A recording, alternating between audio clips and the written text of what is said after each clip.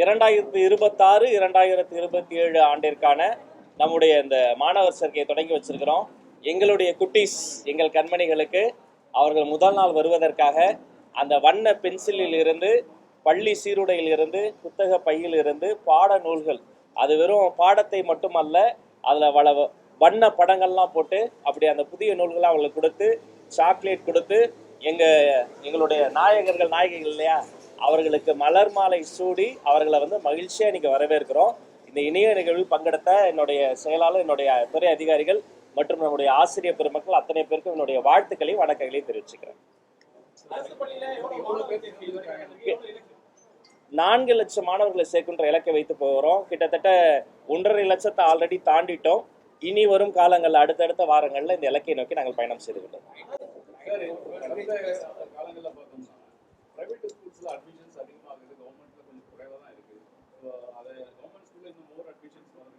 இல்லை, ரொம்ப அப்படி டிஃப்ரென்ஸ் இருக்குன்னு சொல்ல முடியாது. தமிழ்நாடு முழுக்க பார்த்தீங்கன்னா அந்த ஒரு ப்ரிவிலேஜ் இருக்கக்கூடிய குழந்தைகள் ப்ரைவேட் ஸ்கூல்ஸில் சேர்றாங்க. அதே மாதிரி எல்லா தரப்பு மாணவர்களையும் இன்க்ளூசிவாக அரவணைத்து சேர்த்து போகக்கூடிய ஒரு இடமாக அரசு பள்ளிகள் இருக்கு. அப்படி பெரிய அளவில் வித்தியாசம் இல்லை, நெக் டு நெக் தான் இருக்கு. ஆய்வு பணிகள் செய்து கொண்டிருக்கிறோம். ஒவ்வொரு பள்ளியுமே வெற்றி பெற வேண்டும், அந்த வெற்றி பள்ளியும் வர வேண்டும். அதற்கான அறிவிப்பு விரைவில் வரும்.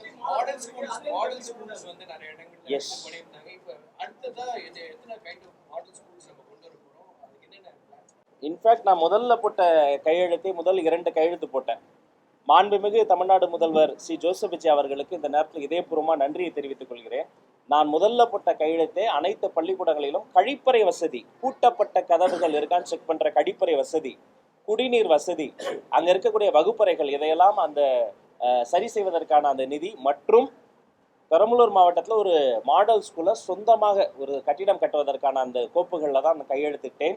இப்படி ஒவ்வொரு பள்ளிக்கூடத்திலையும் பாடத்திட்டம், பாடம், வகுப்பறை மட்டுமல்ல, கழிப்பறை கூட நன்றாக இருக்க வேண்டும் என்ற சிந்தனை கொண்ட என்னுடைய தமிழ்நாடு முதலமைச்சருக்கு இந்த நேரத்தில் நான் நன்றி தெரிவித்துக் கொள்கிறேன். இப்போ பள்ளி திறக்க போகுது, எல்லாருக்கும் ஆல்ரெடி பேச ஆரம்பிச்சிட்டோம்.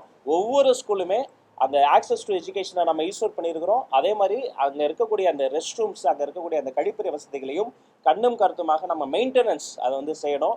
அதை ஒருவேளை அவர்களுக்கு அங்கே ஏதாவது பிரச்சனை இருந்தாங்க கூட அவங்க தொடர்பு கூட உடனடியாக சரி செய்யணும். ஒவ்வொருத்தரா ஆட்சி காலத்துல பேராசிரியர் அன்பழகன் கல்வி வளர்ச்சி திட்டம் வருஷத்துக்கு 1500 கோடி 7500 கோடி ரூபாய் ஃபண்ட் அலாட் பண்ணி முக்கியமா அந்த உள்கட்டமைப்பு வசதிகள் மேம்பாடு, இந்த கழிப்பறை, குடிநீர் வசதிகள்லாம் சொல்லியிருந்தாங்க.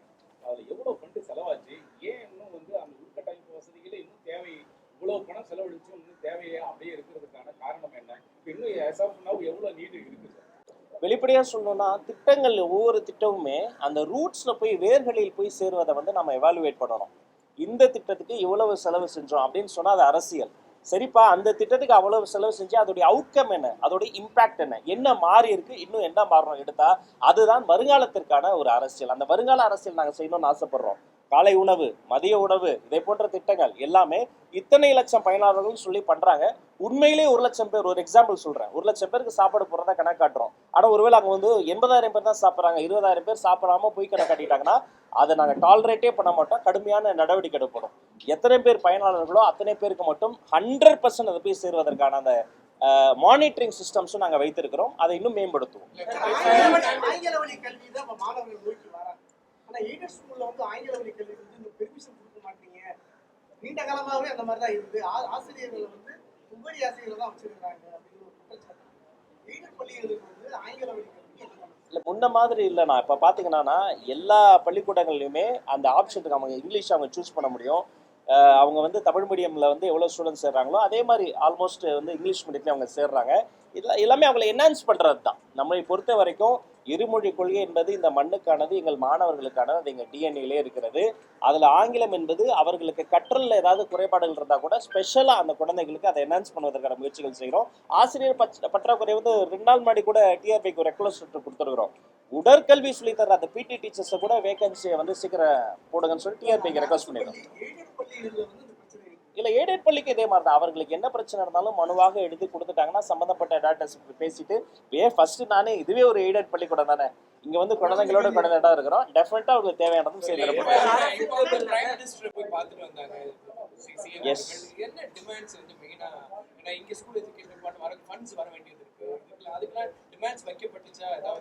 ஏற்கனவே அதை சொல்லிட்டோம். நம்ம தமிழ் தாய் வாழ்த்து, நம்முடைய அரசாங்கம் எப்போதும் தமிழுக்கு தான் முதல் முக்கியத்துவம் தருவோம்.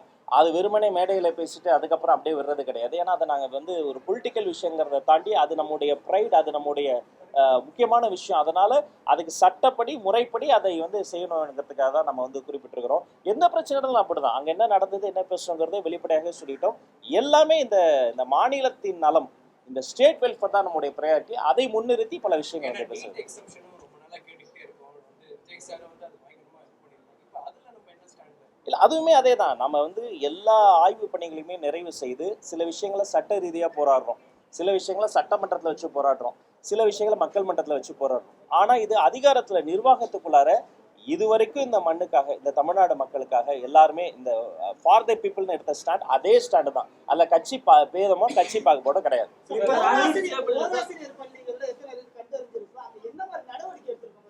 ஓராசிரியர் பள்ளிகள் அடையாளம் காணப்பட்டு இன்னும் சில பள்ளிக்கூடங்களில் ஓராசிரியருக்கு மேலே அங்கே இருக்கக்கூடிய அதாவது அந்த ஸ்டூடெண்ட்ஸ் கெப்பாசிட்டி, இத்தனை ஸ்டூடெண்ட்ஸ்க்கு இவ்வளோ ஆசிரியர் இருக்குன்ற ஒரு ரேஷியோ இருக்குது. அது அப்படி சமம் இல்லாமல் அந்த ரேஷியோ ஒருவேளை பிள்ளையாக இருந்தாலும் பல காரணங்கள் இருக்கும். ஒன்று நிதி பிரச்சனையாக இருக்கும், இல்லைன்னா நிர்வாக பிரச்சனையாக தான் இருக்கும், இல்லை சமூக பிரச்சனையாக இருந்தாலும் அதை அடையாளம் கண்டு சமூக பிரச்சனையாக இருந்தால் உடனடியாக சம்மந்தப்பட்ட அதிகாரிகளுக்கு பேசி சரி செய்ய உத்தரவிட்டிருக்கிறோம். வேற நிதி பிரச்சனையாக இருந்தால் அது இன்டர்னலாக நம்ம ஃபினான்ஸ்லாம் நாங்கள் பேசி அதை சரி செய்ய வச்சுப்போம்.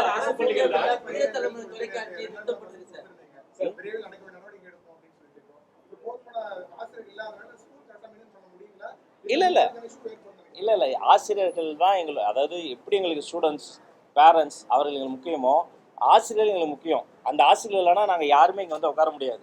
நானே ஒரு ஸ்லோ லேர்னர், நானே ஒரு ஆவரேஜ் ஸ்டூடெண்ட், இங்கே வந்து உட்காந்ததுக்கு என்னோட டீச்சர்ஸ் தான் காரணம். பட் எல்லா பிரச்சனையுமே உடனடியாக சமாளிக்க முடியாமல் சில டீச்சர்ஸோடைய சங்கங்கள் இருக்குது, சிலவங்க வந்து கோர்ட்டுக்கு போயிட்டாங்க, பல்லாயிரக்கணக்கான கேசஸ் வந்து நிலுவையில் இருக்குது. அப்படி நம்ம உடனடியாக அதுக்கு வந்து நம்ம எதுவும் பண்ண முடியும். பட் நம்ம கெப்பாசிட்டியில் இதெல்லாம் உடனடியாக தீர்க்க முடியுமோ அதை உடனடியாக பண்ணிட்டோம். நீதிமன்றத்தில் இருக்கிற சட்ட ரீதியாக இது பள்ளிகள்ல பெண் குழந்தைகளுடைய பாதுகாப்புக்காக என்ன மாதிரியான நடவடிக்கைகள் எடுக்க போறீங்க? ஏதாவது குழந்தைக்கு பாதிப்பு வருது அப்படின்னா அந்த குழந்தை எப்படி ஆசிரியருக்கு சொல்ற மாதிரியான ஏதாவது வழிமுறைகளோ இல்ல அவங்களுக்கான ஒரு இன்ஸ்ட்ரக்ஷனோ கொடுத்துருக்கீங்களா? நல்ல கேள்வி சிஸ்டர். நம்முடைய புதிய பாடநூலை திறந்த உடனே முதல் பக்கத்திலேயே 2 நம்பர்ஸை நம்ம வந்து பப்ளிஷ் பண்ணியிருக்கோம். அந்த நம்பர்ஸும் சும்மா பயமுறுத்தமாக இருக்காது. அவங்கள வந்து அந்த குழந்தைகளுக்கு ஏதாவது பிரச்சனைனா உடனடியாக அவங்க அந்த நம்பர்ஸ் டால் ஃப்ரீ நம்பர்ஸை அப்ரோச் பண்ண முடியும். அடுத்த பக்கத்தில் பார்த்தீங்கன்னா இந்திய அரசியலமைப்பு சட்டத்துடைய அந்த தகவலையும் போட்டிருக்கிறோம். இப்போ போக்சோ பொறுத்த வரைக்கும் போக்சோ மாதிரி வழக்குகளில் அது ஒரு பெரிய வரப்பிரசாதம். அதை எப்படி எக்ஸசைஸ் பண்ணோம், அதை எப்படி நம்ம வந்து ஃபாலோ பண்ணுங்கிறதுக்கு ஆசிரியர்களுக்கு நாங்கள் வந்து பயிற்சி கொடுத்துருக்குறோம். ஒரு குழந்தைக்கு அது மாதிரி ஏதாவது ஒரு தொல்லை வந்தால் அந்த மோஸ்ட் ஆஃப் தி பெரும்பாலும் பார்த்தீங்கன்னா போக்சோ கேசஸ் ரொம்ப தெரிந்தவங்க மூலமாகவே வரும். அறிந்தவங்க மூலம் பக்கத்து வீட்டில் இருக்காங்க, டிஸ்டன்ட் ரிலேட்டிவ், சம்டைம்ஸ் அந்த இன்ஸ்டிடியூஷனுக்குள்ளே இருக்கவங்க மூலமாகவே வரும். அப்படி வந்தால் அவங்க யாருக்கிட்டையும் அந்த டோல் ஃப்ரீ நம்பருக்கு கால் பண்ணாலே உடனடியாக நடவடிக்கை எடுப்பாங்க. என்ன நடவடிக்கை எடுப்பாங்க? இதில் 4 துறை சம்மந்தப்பட்டிருக்கு. ஒன்று அந்த பள்ளிக்கல்வித்துறை, அந்த பள்ளிக்கல்வித்துறை அந்த விக்டிமோடு நிற்போம், அந்த விக்டிம்க்கு என்ன நீதியோ அது வாங்கி தரதை நிற்போம். 2 காவல்துறை, யூனிஃபார்ம் இல்லாமல் அந்த குழந்தையை விசாரிப்பாங்க, நேரில் கூட கிடையாது, ஒரு வீடியோ காலில் கூட ஒரு பெண் அதிகாரி தான் விசாரிப்பாங்க. 3 நீதித்துறை, மற்ற கேஸ் மாதிரி கிடையாது சிஸ்டர், 12 மாசத்துல நீதி நிலைப்பாட்டப்படும். 4 சமூக நீதித்துறை, அந்த வெல்ஃபேர் டிபார்ட்மெண்ட்ஸ் அவர்களுக்கு தேவைப்படுற அவங்களுக்கு ஒரு சைக்கலாஜிக்கல் ட்ராமா இருக்கும், அவர்களுக்கு வேறு மாதிரி ஏதாவது ஒரு சப்போர்ட் தேவைப்படும், அதையெல்லாம் துரிதமாக வேறு எப்போதும் இல்லாத அளவுக்கு இப்படி ஒரு கொஹியரன்ஸோட ஒரு கொலாபரேட்டிவாக இவ்வளோ டிபார்ட்மெண்ட்ஸும் வேலை பார்க்குறோம். அதையும் மீறி அங்கொன்றும் இங்கொன்றும் ஏதாவது பிரச்சனை வந்தாலும் தப்பு தான். அந்த பிரச்சனைகள் வந்து உடனடியாக களையப்பட்டு மிக கடுமையான நடவடிக்கை, மிக கடுமையான தண்டனை அந்த குற்றவாளிகளுக்கு வாங்கி தரப்படும். புதிய தலைமுறை தொலைக்காட்சி அரசு கேபிள் நீக்கப்பட்டது, அதே மாதிரி சில இடங்கள்ல பின்னுக்கு தள்ளப்பட்டிருக்கு.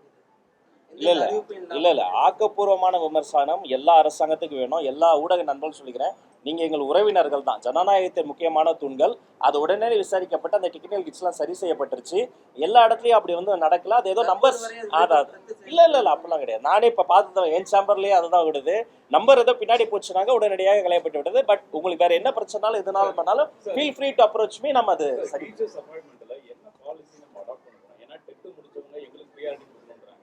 இல்ல ஏடிஎம்கே திமுக அரசாங்கம் சொல்லிச்சு நேரடியாக டெட் எழுதினாலே போதும், 2வது எக்ஸாம் எழுத தேவையில்லை, ஏடிஎம்கே கவர்மெண்ட் தேவையில்லை, ஒரு ஜியோ போட்டாங்க, நாங்கள் கேன்சல் பண்ணுவோம், பண்ணல.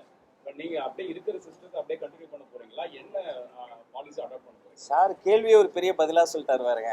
நல்லது. இப்போ கூட நாங்க வரும் பொழுது தொலைபேசியில ஃபாலோ பண்ணிக்கிட்டே இருந்தோம். உச்சநீதிமன்றத்துல நம்ம துறை சார்ந்த என்னென்ன தீர்ப்பு வருதுன்னு பார்க்கிற பொழுது இந்த டெட் எக்ஸாம் சம்பந்தமா 2 ஆண்டுகள்ல தேர்வாகணுங்கிறது 3 ஆண்டா மாறி இருக்கு.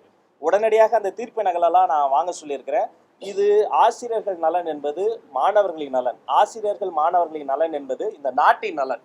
அதனால இது நீதித்துறை சம்பந்தப்பட்டது. அது நம்ம உடனே இப்போ நம்ம டிஆர்பியில் ஒரு எக்ஸாம் வைக்கிறதோ, அவங்கள கூப்பிட்டு கிரீவன்சஸ் மீட்டிங் வைக்கிறதோ, அது ஒரு புரோட்டோகால் இருக்கு. அது ஃபாலோ செய்யப்பட்டு அவர்களுக்கும் என்னால் முடிந்த ஏதோ ஒரு நன்மை, அது 15-16 ஆண்டுகால பிரச்சனையை 15 நாட்களில் சமாளிக்க முடியாது, சரி செய்ய முடியாது, உண்மைதான்.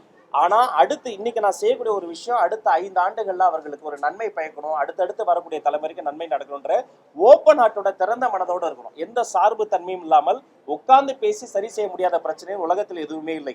போர் பிரச்சனையை பேசி தீர்க்கும் போது பெற்றோர் ஆசிரியர் மாணவர் பிரச்சனை தீர்க்க முடியாதா? நம்புங்கள், கொஞ்சம் நேரம் தான். இருக்கிறதுல நீங்க தானே நிறைய கொஸ்டின்ஸ் NEP அக்செப்ட் பண்ண மாட்டோம்னு previous government சொன்னாங்க. அதனால ஸ்டேட் எஜுகேஷன் பாலிசி கொண்டு வந்தாங்க. நம்ம அந்த SEP ஃபாலோ பண்ண போறோமா இல்ல NEP ல இருக்கிறத ஃபாலோ ஐயா SCERT விட என்னையா ஆகணும்? நம்முடைய ஸ்கூல் எஜுகேஷன் பாலிசியில அந்த புக்ஸை நான் அவர் அண்ணனுக்கு மட்டும் ஒரு காப்பி கொடுத்துருங்க, ப்ளீஸ் வாங்கி பாருங்க. இது அரசியலே கிடையாதுங்க. நான் பார்த்தப்ப எனக்கு அவ்வளோ ஆசையா இருந்தது.